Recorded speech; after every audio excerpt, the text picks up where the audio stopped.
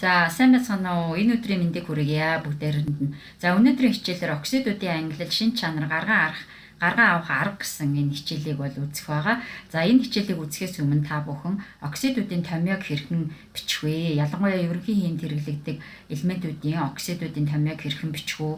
Тэгээд дээрээс нь тэдгээрийг хэрхэн нэрлэх вэ гэсэн видео хичээлийг урдчлаад үзсэн байвал маш сайн байна. За тэдгээр мэдлэг дээрээ тулгуурлаад өнөөдөр тэдгээр оксидуудыг хэрхэн ангилах уу?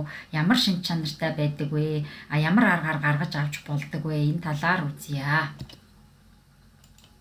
За хичээлийн агуулгыг танилцуулъя. За нэгдүгüүрт нь оксидыг яаж ангилах вэ? Хоёрдугаарт нь суурийн оксид ямар шин чанартай байх вэ? Гуравдугаарт нь хүчлийн оксидын шинж чанар. Дөрөвдүгüүрт нь амфотер оксид гэж юу вэ? Ямар шин чанартай байх вэ? Тавдугаарт нь оксидуудыг ямар аргуудаар гаргаа авах боломжтой талаар үзнэ. За тэгээд хичээлийн төгсгөлд өөрийгөө шалгах даалгаврыг гүйцэтгээрэй.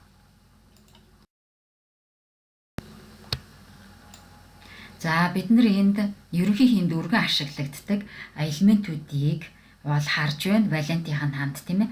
За тэгээд эдгээрийг ашиглаад оксидуудын томьёо бичгийг видео хичээлээр өмнө нь оруулсан байгаа.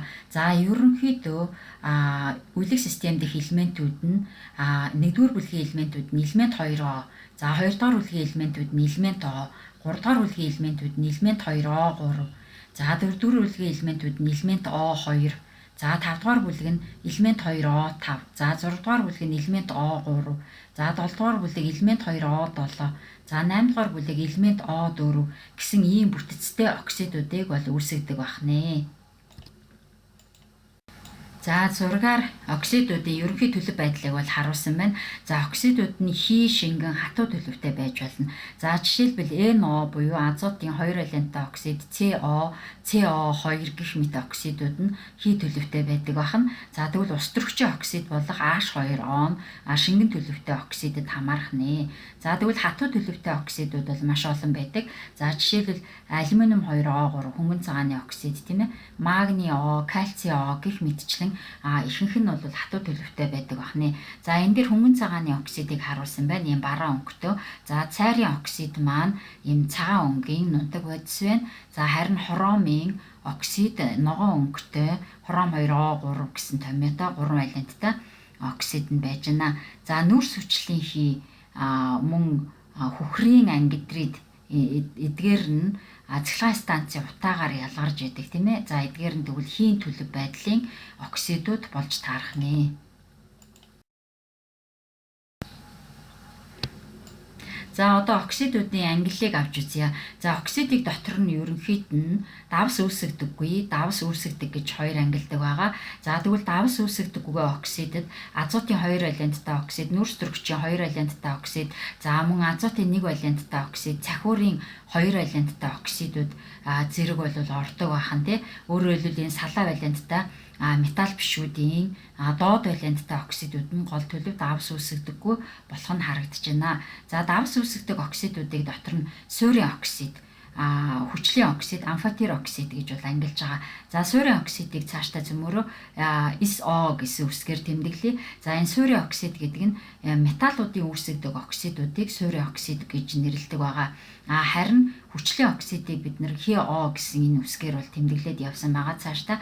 За металл бишүүдийн үүсгдэг оксидуудыг хүчлийн оксид гээд үзэж байна. За мөн амфотер оксид. За амфотер гэдэг нь хүчил суурийн аль алинтай нь уралд орох чадвартай, аль алиныхаа шинж чанарыг хадгалсан оксидуудыг амфотер оксид гэдэг байна. За амфотер оксидыг AO гэсэн үсгээр бол товчлон тэмдэглэлээ.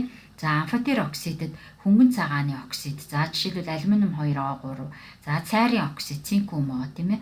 Борын оксид, бор 2O3, бериллийн оксид, берилли O, хром 2O3, хромын 3 валенттай оксид, цагаан тугалгааны 4 валенттай оксид, за хар тугалгааны 4 валенттай оксидууд нь амфотер оксидэд ордог байна. За давс үүсгдэг оксидуудыг дотор нь 3 ангилсан тийм ээ. Түүний хамгийн ихнийх болох суурийн оксидын шинж чанарын талаар авч үзье. За металлуудын үүсгдэг оксид маань ерөнхийдөө суурийн оксидэд хамаарж байгаа тийм ээ. За тэгвэл суурийн оксидын химийн шинж чанарыг авч үзэхэд за нэгдүгüүрт нь суурийн оксид нь хүчилтэй харилцан үйлчлээд давс усыг үүсгэнэ. За энэ ерөнхий томьёо нь шүү дээ. Суурийн оксид хүчилтэй урвалд ороод давс ус үүсгэнэ. За энэ үндсэн дүрмийн бол цээжлэх хэрэгтэй. За жишээлбэл энэ төмрийн оксид байна. Төмөр маань металл. За энийг суурийн оксид. За хүчил буюу хөхрийн хүчлийг авсан байна. H2SO4 тийм ээ. За тэгэхээр энэ төмрийн оксид дотроо төмөр маань 2 валенттай учраас төмрийн 2 валенттай сульфат буюу давс үүссэн байна. За тэгээд дээрээс нь ус үүссэн байна. За тэгвэл нь штэ энэ давсныхаа томьёог хэрхэн яаж бичгээ сайн мэдэхгүй байвал давсны томьёо бичих гэсэн видео хичээлийг үзээрэй. Бичиж чадж байгаа бол маш сайн.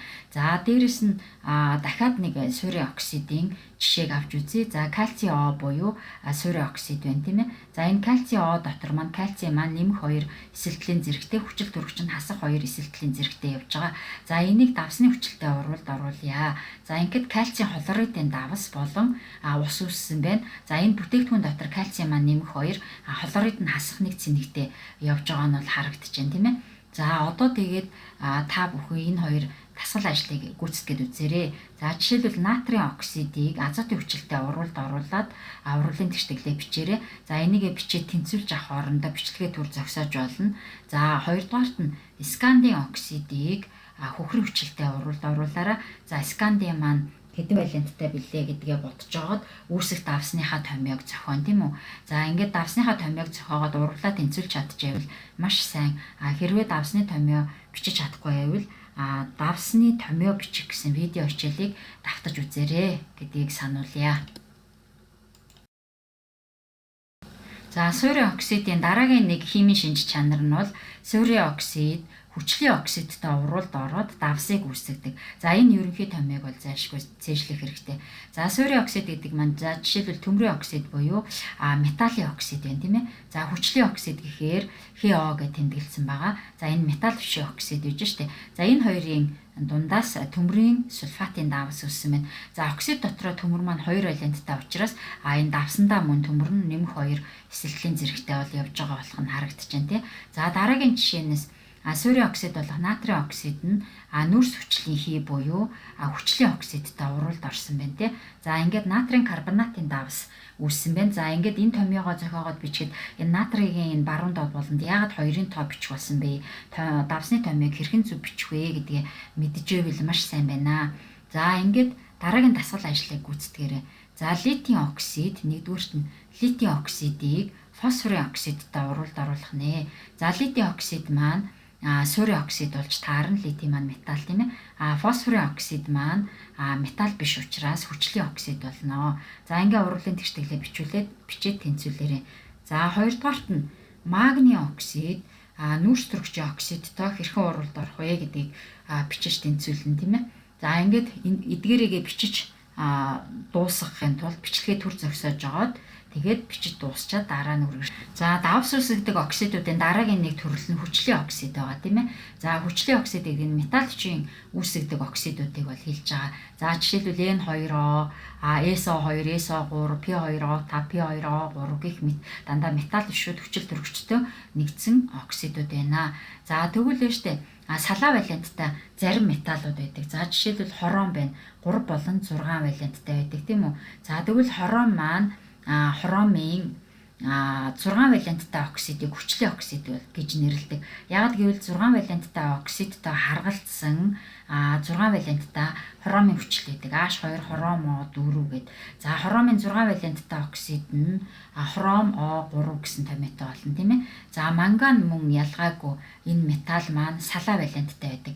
2 болон 7 гэсэн валенттай. За салаа валенттай энэ металлуудын хувьд дээд валентаараа хүчил үүсгэж идэг. За жишээлбэл манганы хүчил нь H манган O4 байна тий. За энэ дотроо хүчил төрөгч хасах 2 эсэлтлийн зэрэгтэй, ус төрөгч нэмэх 1 эсэлтлийн зэрэгтэй байгаа. За манган дээр нэмэх 7 ирж байгаа. За тэгвэл манганы 7 валенттай энэ оксид нь хүчлийн оксид болж таарах нэ. За хүчлийн оксидын гол химийн шинж чанар нь хамгийн нэгдүгüүрт нь хүчлийн оксид устаа урвалд ороод хүчил үүсгэдэг. За үүнийг заашгүй цээжлэх шаардлагатай. За жишээлбэл SO3 устдаа урвалд ороод H2 SO4. За хөхрийн ангид рээ устдаа урвалд орж ин тийм ээ. За үүнтэй адилхан нүүрс хүчлийнхий устдаа урвалд ороод H2 CO3 нүүрсний хүчлийг үүсгэж штэ. За ингээд хүчил үүсгдэг учраас эдгээр оксидуудыг хүчлийн оксидууд гэж нэрлсэн ба штэ. За тэгвэл фосфорын 5 валенттай оксид P2O5 устдаа урвалд орлоо H3PO4 фосфорын хүчлийг үүсгэсэн байна. За 3 фосфорын 3 валенттай оксид нь H3PO3 гэсэн ийм хүчлийг үүсгэдэг учраас эдгээрийг хүчлийн оксидууд гэж нэрлэжээ. За хичээлээ дэвтэр дээр маш сайхан эмх цэгцтэй бичээрэй. За хүчлийн оксидын дараагийн нэг гол шинж чанар нь хүчлийн оксид нь суйртай урвалд ороод давс усыг үүсгэдэг байна. За үүнийг бас цээжлэх шаардлагатай. За жишээлбэл хүчлийн оксид болох хөхрийн ангидрид нь калийн шүлттэй урвалд орж ин тийм ээ суйртай. За ингээд калийн сульфат болон ус үүсэж байна. За силициум O2 буюу цахиурын оксид натрийн гидроксидтэй урвалд ороод натрийн 2 силициум O3 буюу усыг үүсгэсэн байна. За эдгээр нь давсны ангилалд хамаарах нэ. За 3 дугаарт нь хүчлийн оксидын бас нэг онцлог нь хүчлийн оксид болон суурийн оксид хоёр урвалд орох үедээ давсыг үүсгэдэг. За энэ дүрмийг цээжлэнэ. За эндээс харъя жишээн дээр азотын 5 валенттай оксид энэ тий. За энэ маань металл бишийн оксид учраас хүчлийн оксидэд хамаарна. За энэ харин металлын оксид байна. Тийм учраас суурийн оксид болно. За энэ хоёрын нэгдлээс натрийн нитрат гэсэн давс үүссэн байна. За энд натрийн маань нэмэх 1 эсэлтгэлийн зэрэгтэй харин азот маань нэмэх 5 гэсэн эсэлтгэлийн зэрэгтэй явж байгаа тийм үү. Тэгвэл азот энэ оксидтой нэмэх 5 эсэлтгэлийн зэрэгтэй байсан бол давсандаа муу ялгаагүй нэмэх 5 гэсэн эсэлтгэлийн зэрэгтэй байгаа болохыг тооцоолоорой. За өөрөөр хэлбэл хүчил дөрвтээр хасах 2 натрий дээр нэмэх 1 гэдэг ингээд бичнэ. Тэгвэл хасах цэник 2 3-ын хасах 6 болно тий. За нэмэх цэник муу ялгаагүй 6 болно шүү дээ. Нэмэх 5 нэмэх 1 гэдэг утгаараа. За ингээд нийлмэл молекул дах эсэлтгэлийн зэргийн айлгуур нийлбэр тэгтээ тэнцвэж байгаа. За энд муу ялгаагүй хүчлийн оксид байна. Металл бишийн оксид мөн суурийн оксид болох кальцийн оксидтай урвалд ороод кальцийн карбонатын давсыг бол үүсгэсэн байна.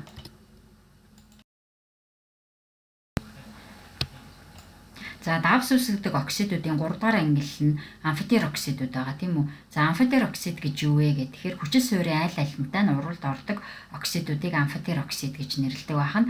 За тэгвэл амфитер оксидуудын онцлог шинж чанар нь хүчилтэй суурьтай аль альмтай нь урвалд орсон тохиолдолд давс ус гэсэн бүтээгдэхүүнүүдийг үүсгэдэг болох нь энэ дээр дүрмэн дээр харагдаж байна. За энэ дүрмийг бол цээжлэх нэ.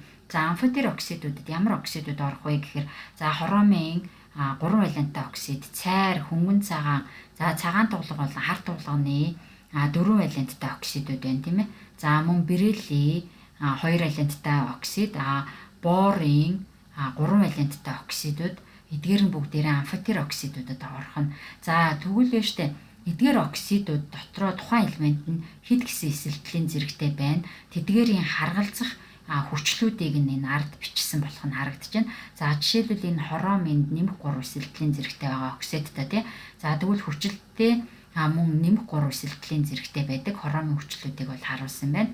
За цагаан цайрын хүчил H2 цинкум O2. За энэ дээр цайр маань нэмэх 2 эсэлтгэлийн зэрэгтэй хүчил дөрвч хасах 2 ус дөрвч маань нэмэх 1 байгаа. Ингээд нэмэх цэник нэмэх 4 хасах цэник хасах 2-ыг 2-оор үржүүлээд хасах 4 болж таарч байна тийм үү. За гих мэтчлэнгээр хөнгөн цагааны хүчил H алюминиум O2 гэж бол бичиж болох нь. За цагаан тулга болон хар тулганы хүчил ерөнхийдөө бүтцэн нь бол ойролцоо харагдаж байна. Яг гэвэл эдгээр чинь үлгэх системийн 4-р бүлэгт нэг дор байрладаг байгаа. За H2 станум O2 гэдэг цагаан тулганы хүчил H2 плюмбум O2 гэдэг хар тулганы хүчил байна. За эдгээр хүчлүүдэд хар тулга болон цагаан тулга маань нэмэх 4 гэсэн эсэлтгэлийн зэрэгтэй явж байна. За энэ оксидуудтай мөн ялгаагүй нэмэх 4 эсэлтгэлийн зэрэгтэй явж байгаа болох нь харагдаж байна тийм. За цаашлаад бериллигийн хүчил гэхээр H2 бериллийн O2. За борын хүчил гэхээр H3 бор O3. За энэ дээр мөн бор маань нэмэх 3 эсэлтгэлийн зэрэгтэй байгаа. За энд бор мөн ялгаагүй нэмэх 3 эсэлтгэлийн зэрэгтэй байгаа. Өөрөөр хэлбэл энэ борын хүчил дотор хасах цэник нь хас 2-ыг 3-оор үржүүлээд хас 6, бор нэмэх 3, H бол нэмэх 1 ингээ нийлбэр нэмэх 6 хасах 6 гэд молекул дахь эслэлийн зэргүүдийн айл бүр нийлбэр тэнцүү болох нь харагдаж байна. За одоо цаашаага амфотер оксидуудын шинж чанарыг авч үзье. За тухайн оксидуудыг амфотер шинж чанартай юу үгүй юу гэдгийг шалгахын тулд тухайн оксидуудыг хүчил суурьтай уралд оруулж шалгадаг байгаа. За жишээлбэл цайрын оксидыг авч үзье. Давсны хүчилтэй уралд ороод цинк, хөм, хлор 2 болон усыг бол үүсгэсэн байна. За тэгвэл цайрын оксид маань натрийн суурьтай уралд орсон байна. Натрийн шүлттэй тийм ээ. За эндээс харахад бол натрийн маань металл, цайр маань бас ялгаагүй металл. За тэгвэл идэвхтэй металл маань урдаа бичигддэг байх нь натрий 2, цинк, хөм, О2. За цинк, хөм, О2 2 хасах маань цайрын хүчил үлдэгдэл явж штэ. За тэгвэл энэ давсыг натрийн цинкат гэд нэрлэж байна тий. За тэгвэл нөгөө түрүүний ярьсан дүрмийн дагуу давснаас гадна ус үснэ гэд хэлсэн байж байгаа тий. За эдгээрээс ингээд үндслээд өгнөхэд цайрын оксид маань амфотер шинж чанартай гэдэг нь бол батлагдаж байна. За цаашлаад хөнгөн цагааны оксидыг авч үзье. За хөнгөн цагааны оксид маань мөн натрийн суурь болон хүчилтэй уралд оруулж шалгасан байна. За ингээд натрийн суурьтай уралд ороход натрийн алюминат за идэвхтэй металл нь урдаа натрий тий араас нь хөнгөн цагаан буюу идэвх муутай металл нь бичигдсэн. Тэгээд хүчил төрөгчийн атом ингээд нийлсэн натрийн алюминатын давсыг бол үүсгэсэн байна. За мөн ялгаагүй эцсийн бүтээгдэхүүнийг харахаар ус төрөгч хүчил төрөгч үлдэж байгаа учраас эдгээр нийлээд усыг ялгаруулсан байна. За хөнгөн цагааны оксидыг хүчилтэй уралд оруулсан байна. За хөрөв хүчилтэй уралд оруулахад алюминиум 2 SO4 3 дахин буюу хөнгөн цагааны сульфат гэсэн давсаа үүсгээд усаа үүсгэсэн байна. За эдгээрээс ингээ харахад хөнгөн цагаан болон цайрын оксидууд маань бүгдээрээ амфотер шинж чанартай гэдэг нь батлагдлаа. За ингээд оксидууд амфотер шинж чанартай юу үгүй юу гэдгийг батлахын тулд хүчил суурьтай уралд оруулж шалгах ёстой байна гэдгийг ойлгож авлаа. За одоо оксидуудыг ямар аргаар гарган авдаг вэ гэдэг арга техникүүдтэй танилцъя. За энэ 3 төрлийн аргаар оксидыг гарган авах аргыг бол харуулсан байна тийм ээ. За тэгвэл оксидуудыг ер нь энэ хичээлээ үзэж байгаа явцдаа тэмдэглэлээ маш сайн хөтлөөд аль болох цээжлээд явахыг бодороо яагаад гэвэл эдгээр нь дараа нь бодлого дасгал дээр ашиглагдах нэ гэж ойлгоорой. За нэгдүгээр арга нь дан бодисыг хүчил төрөгчтэй нэгдүүлэх замаар төрөл бүрийн оксидуудыг гаргаж авдаг. За жишээлбэл хүхрийг шатаалаа SO2 гэсэн оксидыг гаргаж авч байна тийм ээ. За тэгвэл металл натрийг хүчил төрөгчтэй нэгдүүлээд натрийн оксидыг гаргаад авсан байна. За хоёрдугаарт нь зарим нийлмэл бодисыг хүчил төрөгчийн дотор шатаадаг. За энэ метан байна CH4.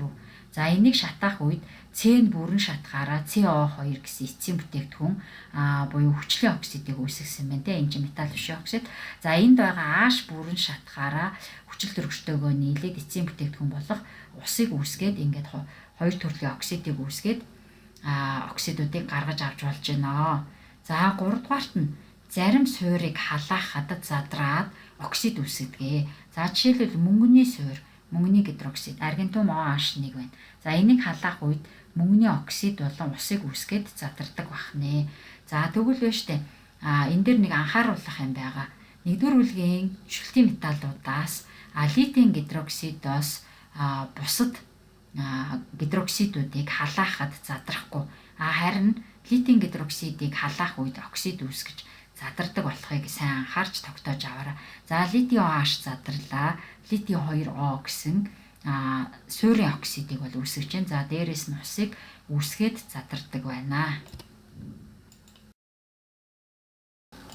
За оксидуудыг мөн гаргаа авахдаа дараах аргуудыг бол ашиглан. За дөрөвдүгээрт нь өндөр температур тогтворгүй зарим хүчлүүдийг халаахад оксид үүсдэг. За жишээлбэл нүүрсний хүчлийг халаалаа H2CO3 тэ энэ үед нүүрс хүчлийн хий буюу CO2-ыг үүсгээд ингээд задарчиж байна тэ. За 5 дугаарт нь зарим нүүрсний хүчил болон азотын хүчлийн давсуудыг халаахад задраад оксидыг үүсгэдэг. За жишээлбэл энэ кальцийн карбонат гэсэн давс байна. За энийг халаах үед CO2 болон кальцийн оксид гэдэг ийм хоёр төрлийн оксидыг бол үүсгэсэн байна тийм. За тэгвэл хар тулганы нитратыг халаалаа. За энэ үед хар тулганы оксид болон азотын оксид дээрээс нь хүчил төрөгч бол ялгарсан байна тийм. За тэгээд ингээд давснуудыг задралт оруулахдаа хамгийн гол нь шүлтийн металлын давснаас бусд нь ер нь ингээд оксид үүсгэн задрах магадлалтай шүү. Шүлтийн металлын давсны задрал бол арай өөрөөр явагддаг гэдгийг анхаараарай. За энд бас анхааруулад бол бичсэн байна. За шүлтийн металлын давсыг халаахад оксид үүсэхгүй. Харин хүчил төрөгч гол төлөв ялгаруулдаг байгаа. За жишээлбэл калий нитратыг халаах үед калийн нитрит, калий NO2 гэсэн давсыг үүсгэж байна, тийм ээ. За мөн хүчил төрөгчийг бол ялгаруулад ингээд задарсан. За энэ үед бол оксид үүсэхгүй шүү дээ. За дараагийн оксидыг гаргаж авах арга нь зарим металл болон металл бишийг эсэлдүүлэгч хүчлээр үйлчилдэг. За жишээлбэл энэ металл болох зэсийг азотын хүчил маш хүчтэй хүчил шүү дээ энэ чинь. За азотын хүчлээр үйлчлэх үед зэсийн нитратын давснаас гадна азотын 4 валенттай оксид за усыг үүсгээд ингээд оксидуудыг үүсгэсэн байна. За нүүрс төрөгч буюу металл бишийг хөхрийн хүчлээр үйлчилсэн байна тий. За энэ үед нүүрс төрөгчийн оксид, хөхрийн оксид, ус гэсэн ийм бүтээгдэхүүнүүдийг бол үүсгэсэн байна. За энэ мэтчлэнгээр оксидуудыг бол олон аргаар гаргаж авдаг. За ингээд хичээлийнхээ тэмдэглэлийг маш сайн хөтлөөрөө хэдийгээр эдгээр энгийн боловч бодлого тасгал дээр гарч ирдэг учраас аль болох тогтоогоод цээжлээд явахыг хичээгээрэй. За одоо ингээд өөрийгөө шалгах даалгаврын хэсэгт ирлээ. За өнөөдөр бид нэр оксидуудын ангилал болон тэдгээрийн химийн шинж чанар гаргаа авах аргуудтай бол танилцсан. За эдгээр мэдлэгээ баттгахын тулд дараах тасгалуудыг ажиллана. За нэгдүгüүрт нь дараах урвалын тэгшлэлүүдийг гүйцэж бишээд тэнцвүүлнэ.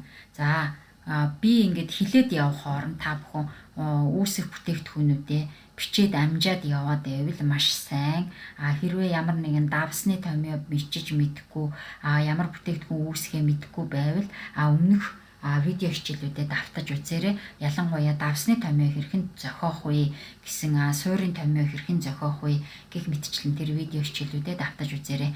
За нэгдүгüүрт нь кальций оксид фосфорын хүчилтэй урвалд оруулна. Кальций оксид фосфорын хүчилтэй H3PO4. За ямар бүтээгдэхүүнүүд үүсэх вэ гэдгийг бичнэ.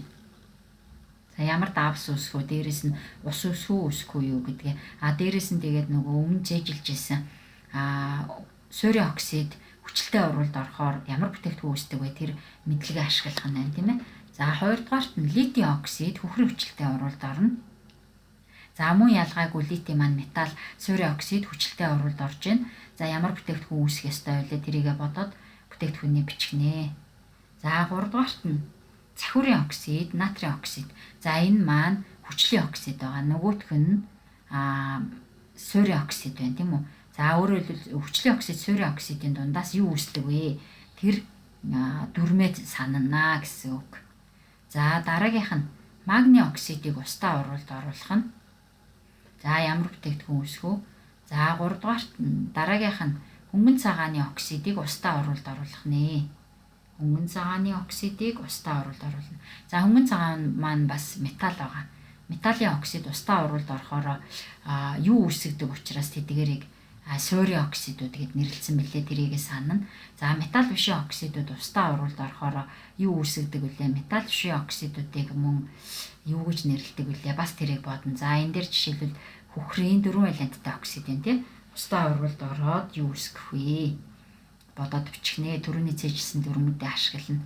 За хамгийн сүүлийн дугаар нь натрийн оксид. За өөрөөр хэлбэл энэ маань хүчлийн суурийн оксид байна тийм. Суурийн оксид нэмэх нь P2O5 буюу фосфорын ангидрид. За энэ хоёрын дундаас юу үүсэх вэ? За эдгээр урвалын тэгшлэлүүдээ гүйцээж бичээрэй. Тэр болтол бичлэгээ төр зогсоож болно шүү. За дараагийн дасгал нь. За хичээлийн ихэнд өгөгдсөн хүснэгтэн дэх элементүүдийн оксидуудын томьёог нь бол бүгдийг бичээд, зохиож бичээд ангилах нь шүү дээ тэр оксидуудаа. За хичээлийн ихэнд нэг 40 гаруй элемент бичигдсэн хүснэгт өгөгдсөн байгаа тийм. За хэрвээ та нар оксидын томьёо бичих гэсэн хичээлээ үзээд эдгээр томьёонуудаа бол зохиогоод бичсэн хүүхдүүд байвал за тэдгээр оксидуудаа ангиллыг нь бол бичгэнэ. За хүчлийн юм уу, суурийн юм уу, амфотер оксидын алинд нь хамаарж ийн гэдэг ангиллаа бичиж үлдээх нэ. За харин бичиж амжаагүй тэр хичээлийнхэнд байгаа хүснэгтээ ашиглаад бүх оксидуудынхаа томьёог бичнэ шүү.